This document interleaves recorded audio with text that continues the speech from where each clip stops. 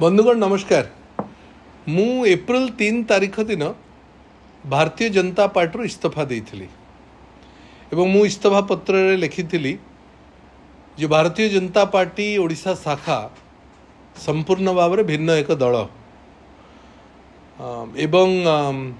जोटा party with difference बोली जोटा कुआ जाउथला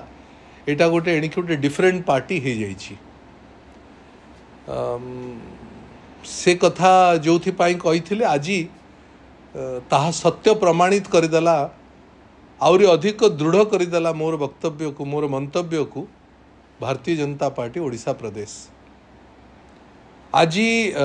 भारतीय जनता पार्टी राष्ट्रीय अध्यक्ष श्रीयुक्त जगत प्रकाश नड्डा आज ब्रह्मपुर आसथिले एवं सबुठु आश्चर्य लगिला मते पार्टी विथ डिफरेंस राष्ट्रीय अध्यक्ष मु जानिनी तांको पाखरे खबर अच्छी कि नहीं मु जानिनी ओडिशा प्रदेश यूनिट उचित खबर तांको पाखे रखी कि नहीं। आज सी डायस जो मंच शेयर करले जन क्रिमिनल को सहित जहाँ ना रे राशि राशि केस अच्छी जी साधारण लोकंकर युवक मानकर पाई चाकरी करदे बोली पैसा नहीं जाइथिले निर्दिष्ट एक घरोई कंपनी रे जे कोविड समय जहाँ जहाँ करिसेंते आमे समस्त जानिछे। ये समस्त कथा जहाँ नारे आक्षेप अच्छी जहाँ नारे मकद्दमा चली जी जेल को जाइछि जी बेल रे आसीछि एवं जार जेल दिबा थय एभली लोकंक सहित जहाँ को पार्टी भारतीय जनता पार्टी एठी लोकसभा प्रार्थी भी करला आज सबू सीमा टपी गला जेतबले भिन्न स्वादर दल पार्टी विथ डिफरेंस राष्ट्रीय अध्यक्ष सम्माननीय जेपी नड्डा को तांको सहित स्टेज मध्य शेयर करले। प्रथम तो जहाँ विरोध रे भारतीय जनता पार्टी आंदोलन छिड़ा करितला एवं जहार निर्देश रे ता भितर मु प्रमुख थिली दल निर्देश देइथिला मते एवं आमर गंजाम यूनिट को जे तुमे तांको विरोध रे आंदोलन छिड़ा कर सारा ओडिसा रे छिड़ा आइतला एवं सबुठु बेसी गंजाम आइतला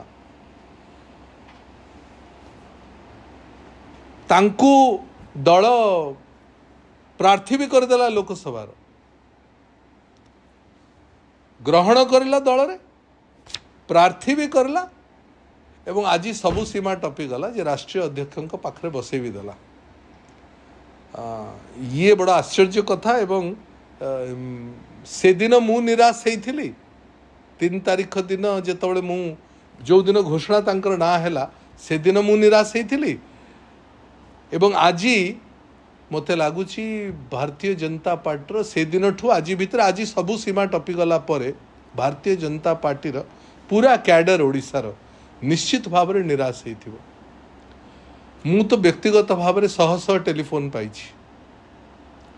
बंधु माने जो माने भारतीय जनता पार्टी अच्छी कैडर जो माने सहित लंबा समय 23 वर्ष काल काम करिवार सुजोग मिलता से माने सब फोन करुछंती एवं अत्यंत भाव में दुखित से दिन थिले जो दिन तांको ग्रहण करागला दल रे दुखित आउरी अधिक होइथिले जो दिन तांको प्रार्थी करागला एवं सबू दुखर सीमा आज से मानकर टपी आइथिबो जेतबळे आज जेपी नड्डा सहित से व्यक्ति आज डायस शेयर करले। राष्ट्रीय अध्यक्ष भारतीय जनता पार्टी आज ओडिया अस्मिता कथा कहले ओडिया अस्मिता गोटे सम्मानजनक कथा किंतु